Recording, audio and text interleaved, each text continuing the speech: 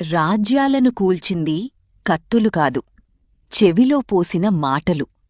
బంధాలను విరిచింది శత్రువులు కాదు, చాడీలు చెప్పిన మనుషులు. ఒక చాటువ, ఒక కుట్ర, ఒక అబద్ధపు మాట చాలు, జీవితాలు మారిపోతాయి.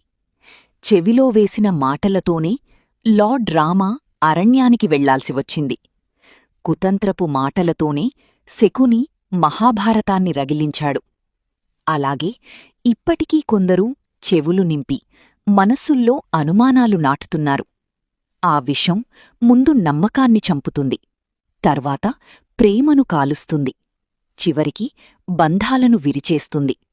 అందుకే చెవులు నింపేవారిని దూరంగా ఉంచు, మనస్సులను కలిపేవారిని దగ్గరగా ఉంచు. లేకపోతే ఒక అబద్ధపు మాట జీవితాంతం నిజమైన మనుషులను దూరం చేస్తుంది.